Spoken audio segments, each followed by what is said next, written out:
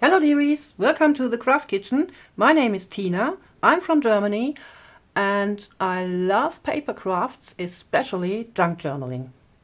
So today is day F, the 7th of April, day F of ABC April 2025, hosted by Margreth from 7 Plaza and Toni from Crafty by Toni. And so far it has been so much fun thinking about the topics myself, although you get a prompt list. And of course, watching other creators' videos daily. Yeah, the 7th of April is all about fun. Now, first thing in the morning when I come to the Craft Kitchen and bring my coffee over is fuzzy cutting. This doesn't sound much fun, I guess, to many of you, but I'm fuzzy cutting every morning just a bit. I have done like, let's say, 4 of these strips so far, watching or binge watching some ABC April videos on YouTube. And I guess this way it's much more fun to fuzzy cut than just sitting there fuzzy cutting what you just need right at the moment for your project.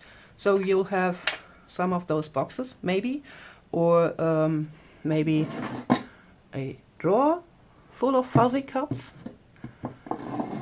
This wasn't my fuzzy cut drawer, this was my fabric drawer, and this is what we're doing today. We're having fun with fabric. And to be exact, we're having fun with fabric and Fototransfer. Well, Fototransfer, so Fototransfer, is spelled with an F in German. So I guess this also counts for the letter F for this day. I've been preparing some Fototransfers on. Yeah, this has been white cotton fabric. This one was a muslin. This darker one, I guess you can see the tiniest bit of a difference here. So this was just a piece of muslin. And then I also used this really old bed sheet and just let it soak in tea. Well, yeah, also the tiniest bit of a difference, because when you transfer these, you're not going to let this soak like forever. You could dye your fabric before you transfer your photos on, like I did with this, or even after you finished transferring, but then you have to be very careful with your prints because they will be wet again. So for these two I've been using my matte gel, and yeah, they turned out really aged and grungy. Well, aged, I'm going to make them grungy later, but I really had to be careful when rubbing on here. I'm going to show you how to do this.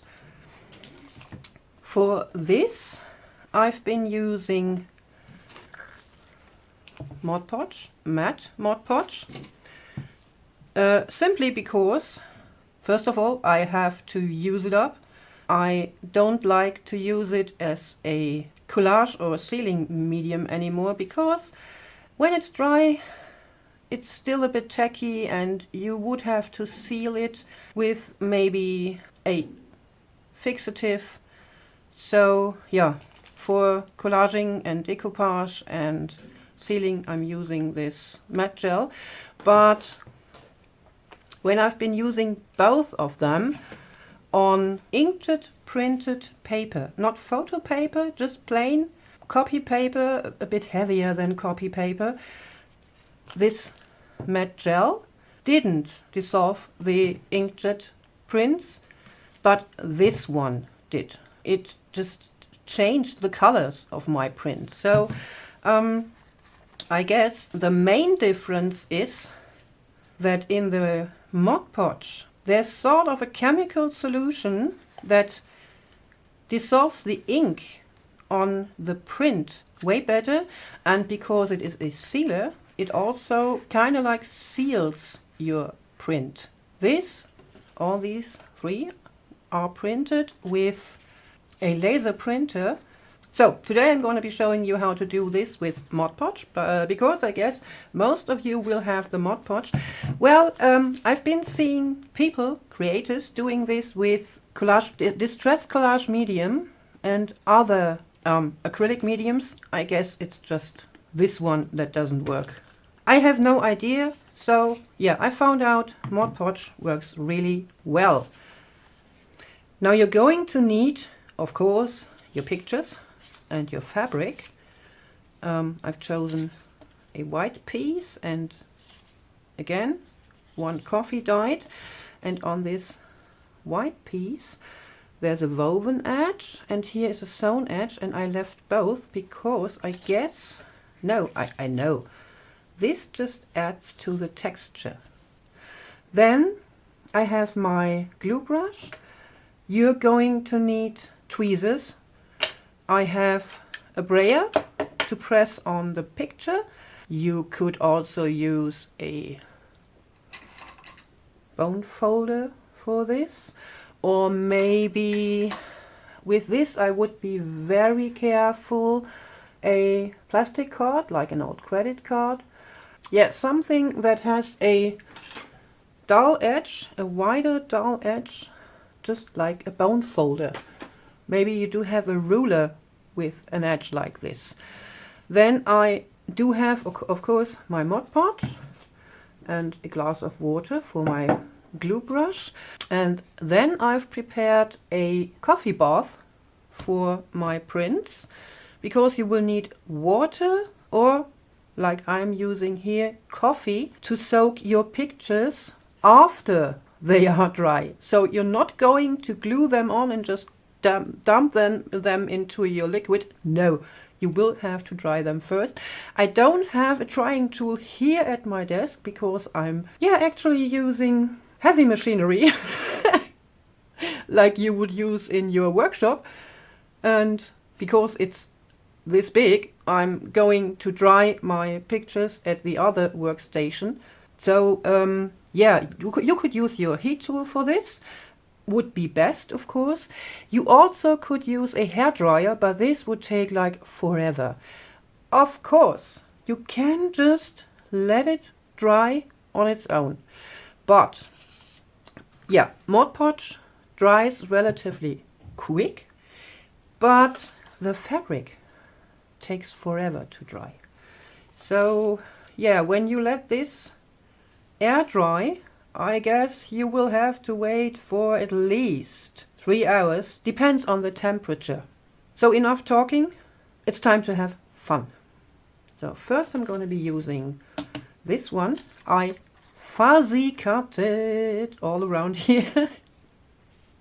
And yeah, if you want to have writing on your Fototransfer, you maybe want to print this out mirrored so you can read it afterwards, because this is going, of course, with the printed side facing down on the fabric. Yeah, and I recommend using these textured mats, not specifically this one. The texture on this really helps to lift it up after you glued it, because this is really thin paper. It's 80 GSM, so standard copy paper in Germany. Yeah, I figured using the thinnest paper possible for this is the easiest way to transfer your photos on fabric. You could also use a photo paper. I guess photo paper starts at 120 GSM, if I'm correct. There may be lighter options, but you don't need photo paper for this. Just standard copy paper is the best option, because you can rub off the layers of the paper really easy. So yeah, textured mat, because everything will be wet, and then you need your tweezers to get it up. You could just let this lay flat, and position your fabric over the photo after it's prepared with glue. But I want to have this more or less in the middle, so I guess it's easier, for me it's easier to just put my print face down on my fabric. The mat. So I do have this mixed media mat here on my glass mat, but you can buy heat-proof textured mats, for example as reusable baking paper, baking sheets. Of course you can also use this glass mat for this, or a silicone mat. The glass mat would be tricky to pick up the picture again. With the silicone mat, let me get one. This is my resin mat. You just take your mat, and when your photo is glued down here, it will stick. But then just fold up or fold down your mat, and eventually one corner of your photo will get loose, and then you can pick your your tweezers and just lift it from the mat.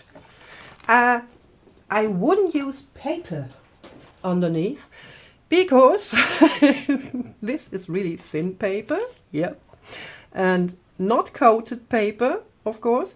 So when you use paper underneath, even if it's a bit coated and shiny like this, I guess you will tear your paper, at least split the layers, and no, you don't want this. So enough talking. Whoa, so much explaining. I'm putting quite a bit of Mod Podge here on my photo. I hope I have enough space for my brush handle here, because right over the photo there is a lamp, a light, so I don't want to knock it over. So trying to wet this really well, like this, so you can barely see the print underneath. So, and then I'm going in with my brush and just take off the glue like this.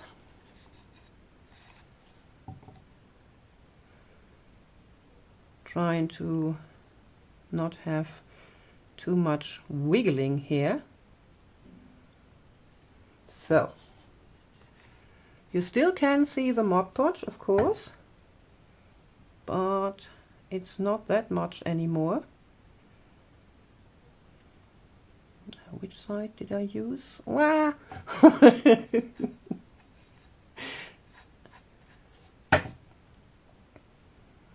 Yeah.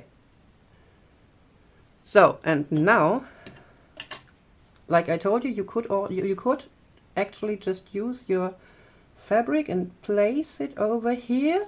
I'm going to try this actually, because the texture of the fabric makes it a bit see-through, so I can actually see what I'm doing. Pressing this on very lightly. I don't want to press the paper into the mat. And then lifting this with my tweezers carefully. And now I'm going to press my picture down to the fabric. And after I pressed it, especially the corners and the edges, very important. So, yeah, more or less I'm pressing the printer ink into the fabric with my Mod Podge, because the Mod Podge is already starting to remove the ink from the paper right now. So, and after I pressed all this down very carefully. I'm going over to my other craft station and dry this so that it is not only dry to the touch, but really, really dry. And after I've dried this, I'm just placing my piece of fabric into my coffee or water or tea or lemonade, whatever you want to use, and set my timer to 2 minutes. Now my fabric is ready to get it out. I will have to find it. This is really dark coffee. I'm not going to remove much of the liquid because I will need it. So placing this here on my glass mat, you could use a silicone mat, or like I told you, these sort of baking sheets. You don't want to place this on paper, of course, because it is soaking wet. And what I'm doing now, using my fingers to roll up the first layer, the soaked layer of paper here. You get these big rolls, like so.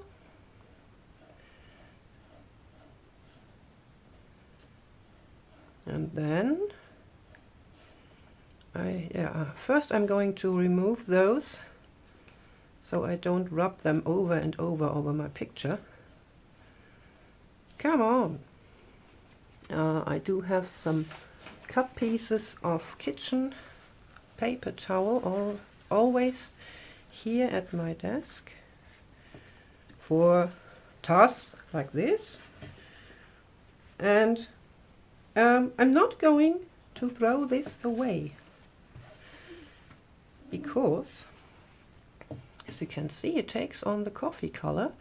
And if you take these paper towels or napkins or whatever you're using for this apart after they dried, they make quite some nice collaging papers. So keep this. So then I'm wetting my fingers again and start rubbing carefully in circles, and each time I feel like there is a bit of resistance under my finger, I'm going to re-wet them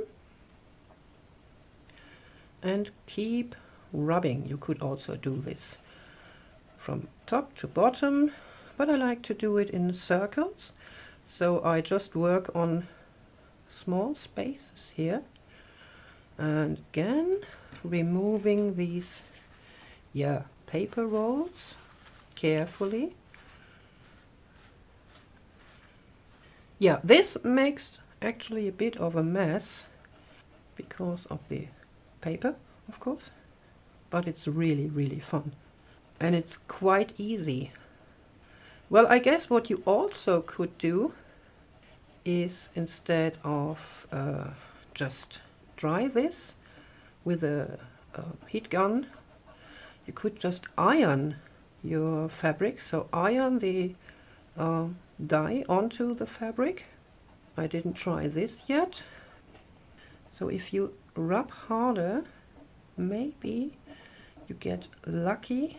Depends on your fabric and of course what glue you've been using, and you remove a bit of the print on your fabric, so it already will look a bit distressed.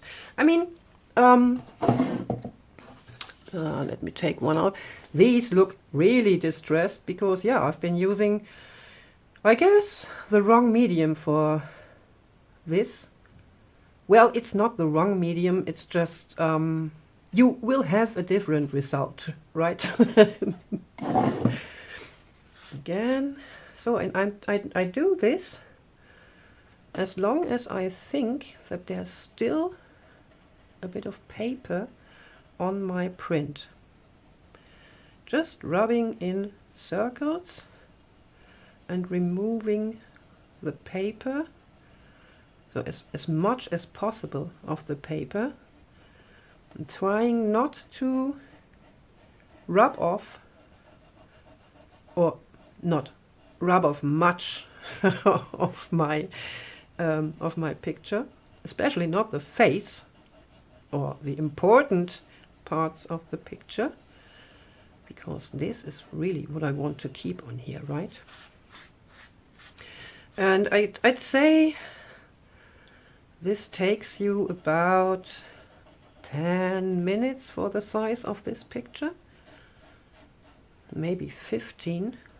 So yeah, just listen to a podcast in this time, or have a nice chat with your kids or your husband. So no, it's not boring.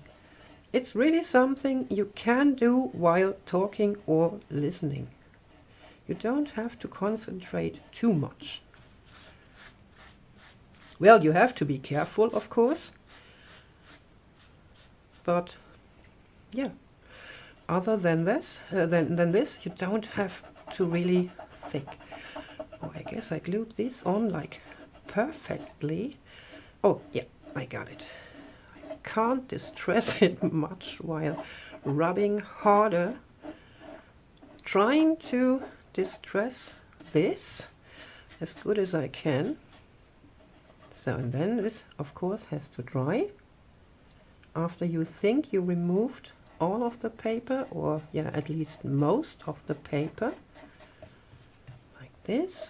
And I'm trying to distress this down here as well. Maybe if I turn it over. Wow. Yeah, using Mod Podge with my matte gel, I already would have rubbed off all of the print by now. But using Mod Podge for this is quite a good idea. Phew. And I have no idea what will happen if you use glossy Mod Podge, because I only have the matte Mod Podge.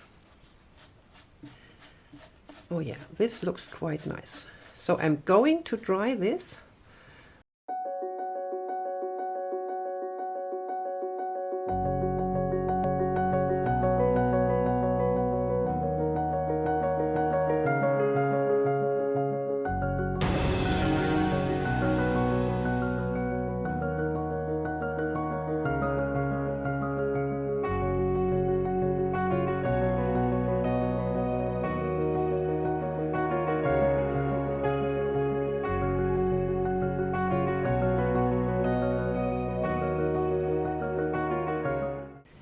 Now, the moment you start drying your picture, and I guess you can see it, and you got the feeling there's still too much paper left, don't worry. Just dip it into your liquid again, let it soak for a minute, and then just rub again.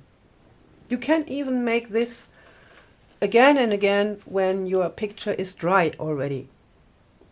Now let's see what we can do with our fabric prints, with our Fototransfers.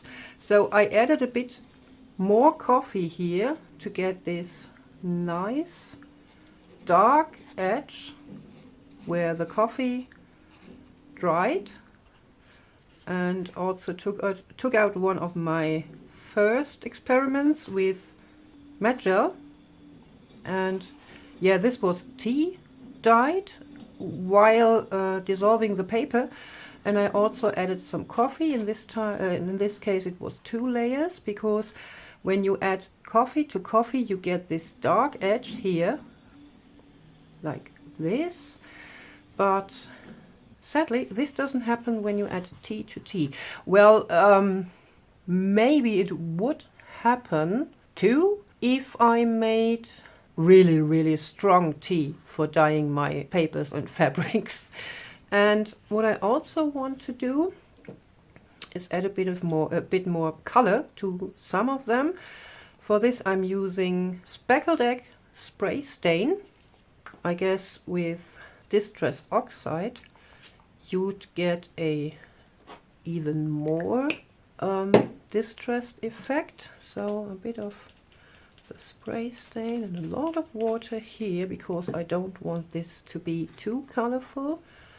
So trying to move this about the tiniest bit, and don't want to risk making a fingerprint on here, so I'm just dabbing this lightly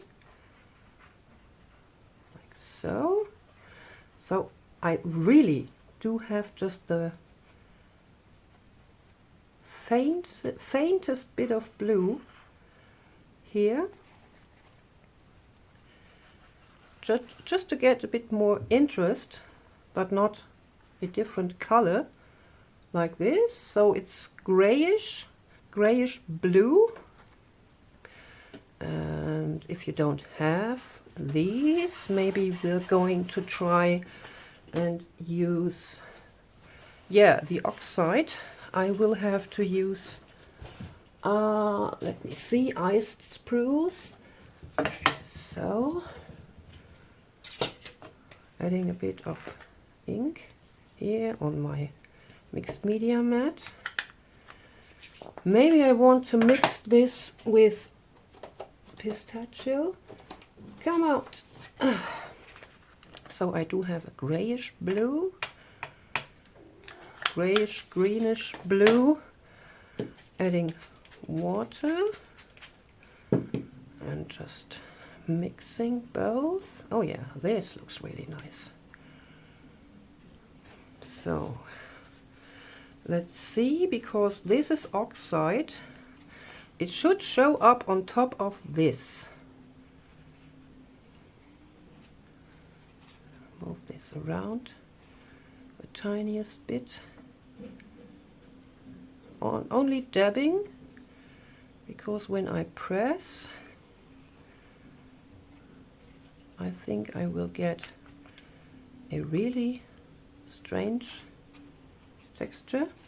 So this is, yeah, this turns out a bit like speckled egg, I'd say. So this is the oxide. And then I want to use acrylic paint. This happens to be a chalk paint, but it is actually acrylic paint mixed with a bit of chalk. And I really, really like this color. Ooh, that was way too much. Where's my palette knife? There you are. So getting this over here, I'm going to use this later so I don't waste any of my paint. You know what, let's move this about a bit. So adding water again, mixing. I really want this to be just the faintest shadow on my prints, so I'm using a lot of water and my brayer.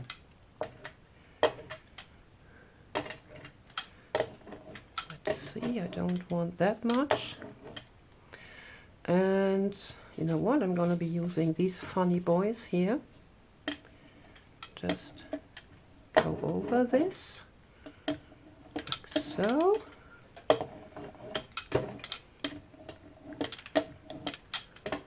Maybe a bit more. Down here. Well, the texture of the fabric makes it a bit complicated to really get the paint on here.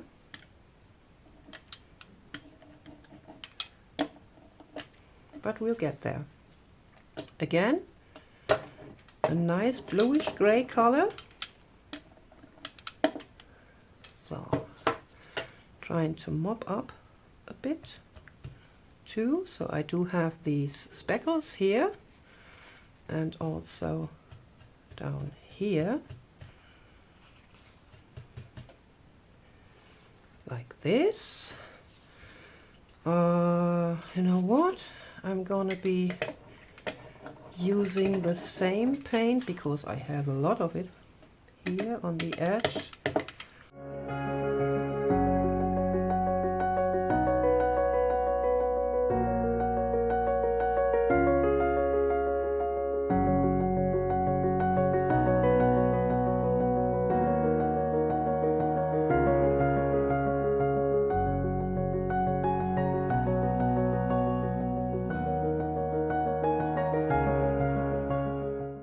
Different methods, but quite similar results.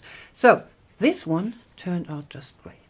So I added, this was coffee dyed. We made this earlier. And I added some more splatters of coffee to get the dark rim. And then I added the heavily watered down acrylic paint to this. And look, can you see this? Here we do have the dark coffee edge around this splatter, for example. Also here. Oh, this turns out really, really nice. Yeah, what else?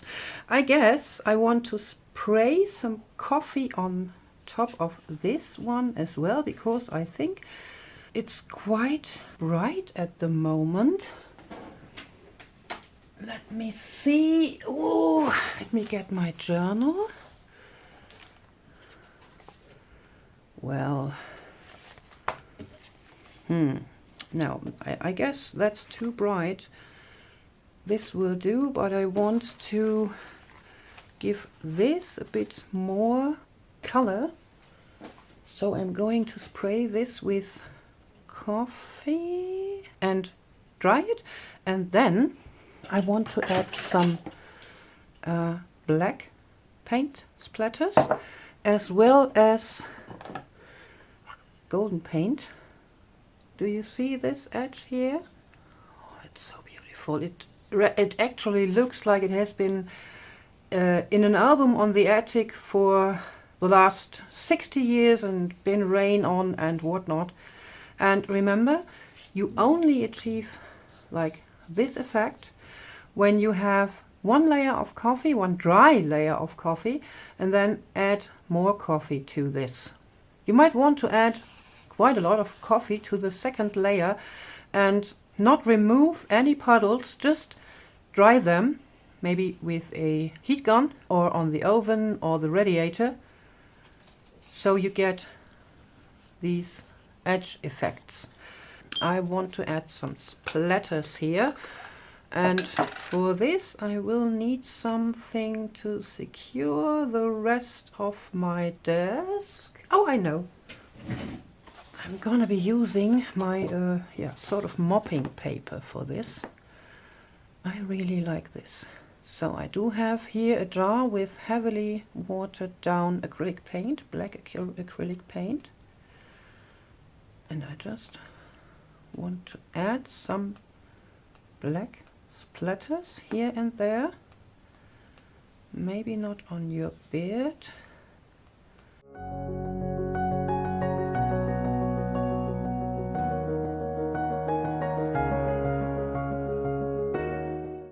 Wow, time flies when you're having fun, So this has already been a very long video, but I'm going to show you how to use your scrunched up fabric pieces in your journals.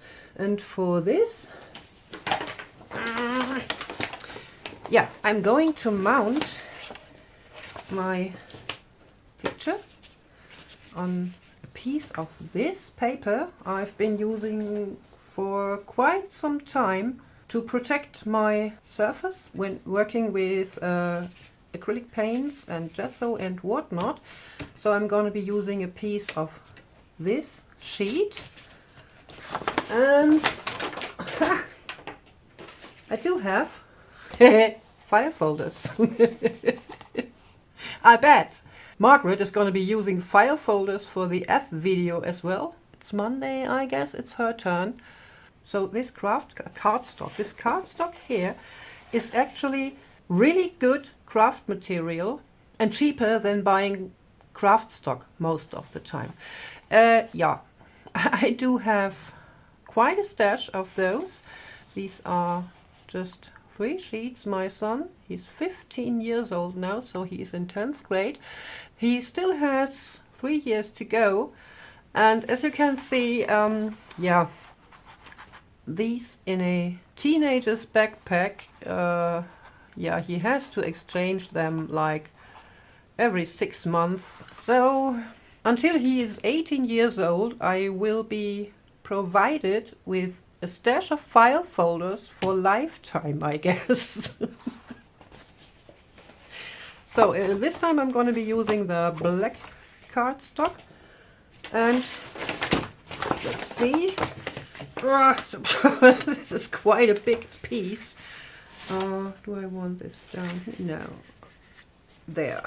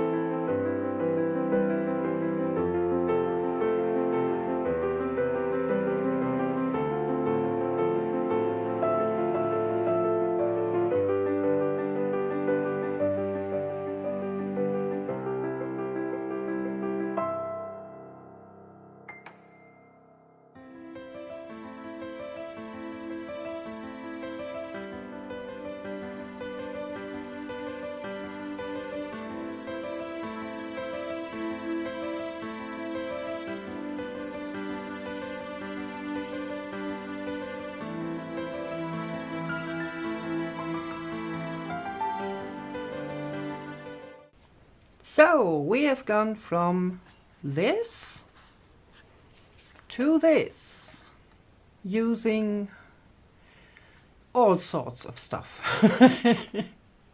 So first, yeah, I mounted my fabric to a piece of packaging paper, decorated the packaging paper, so the background.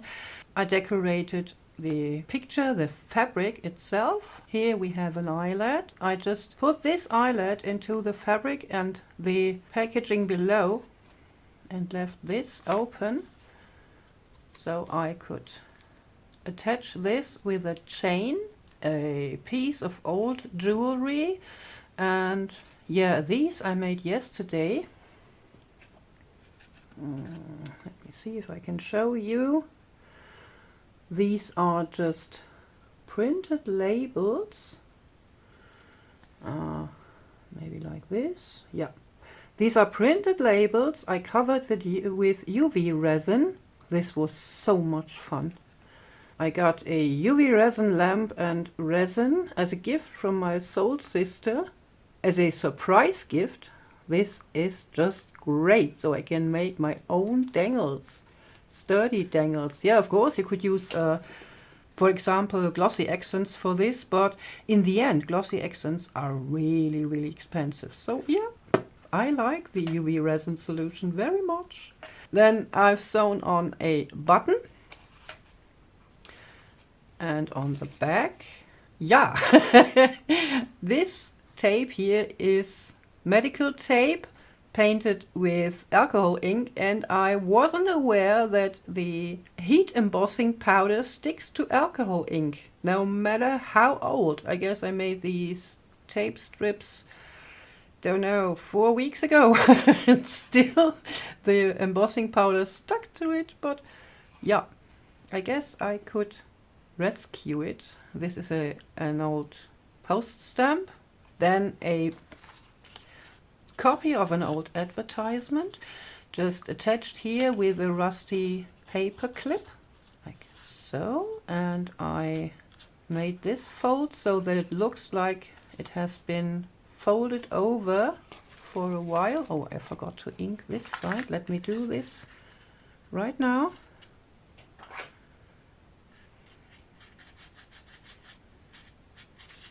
There you go, like so. Yeah, and I could have kept decorating and decorating this, but instead I'm going to make more of these, actually having fun with fabric. Now dearies, this was my contribution to the letter F of hashtag ABC April 2025. I hope you had fun. I definitely had fun making these. And I guess having fun really is the most important thing. So yay for letter F. Now, thanks for watching and sticking around with me. I hope to see you next time. And until then, as always, stay creative and be excellent to each other. Bye!